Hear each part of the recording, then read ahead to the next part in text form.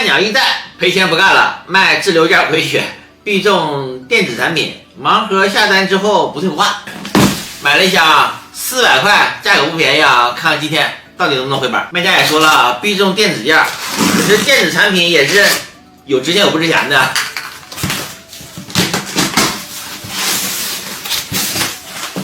满满一箱，看有几件啊？1个、2个、3个、4个、5个、6个、7个、8个、9个，连大带小的一共9件。今天就从大到小开始拆，这儿都已经破了啊！第一个就拆它。哇，这是不会是个什么鞋盒子吧？看着像啊，上面还有一个外国的快递签，看着像是那种鞋盒子啊。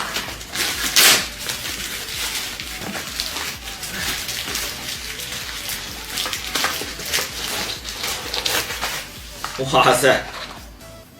啊！我的天，一双皮鞋这么看还很正常的。哎，看这是分开的，就跟那种日本木屐似的啊！怎么还有这种鞋啊？我的天，头一回见啊，真的头一回看见一双37码的小皮鞋，长这么大头一回看见这种皮鞋啊！难道说是日本都有的？视频同款84一双。第二个。我的妈，这啥呀？1个、2、3、4、5个、6个，这上面写的是高端静电遮蔽膜，又涉及到织装区了啊，还是搜一下吧。视频通话啊，一卷才4块多，就是一次性的塑料膜啊，家里面装修啥的，罩在沙发上或者是家具上的啊。这个形状看出来是啥了吗？上手一摸就知道啊，纸抽，看看，一模一样的啊。这2个一上手也能摸出来，这太简单了。手机壳，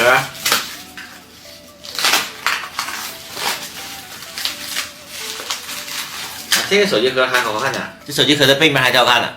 这么大个袋子啊，里面东西倒是很小。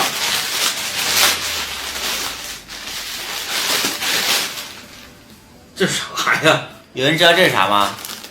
这里面应该就是什么布。反正我是不认识，咱上网搜一下。在网上搜了个遍，也没搜到底是什么东西。但是摸起来啊，里面就是布。看到是啥了吗？泡沫啊！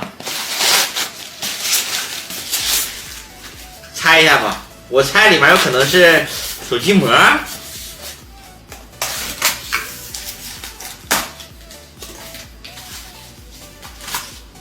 好像真的是啊，1个、2个。还是这种曲面的手机膜呢，好可惜啊！我这手机用不上，很明显比我这手机小了一圈啊。说好的必中电子产品，我们好像一个都没开出来呢吧？啊！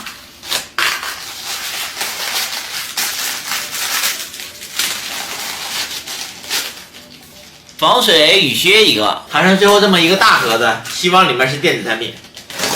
说好的呢，结果我这没有。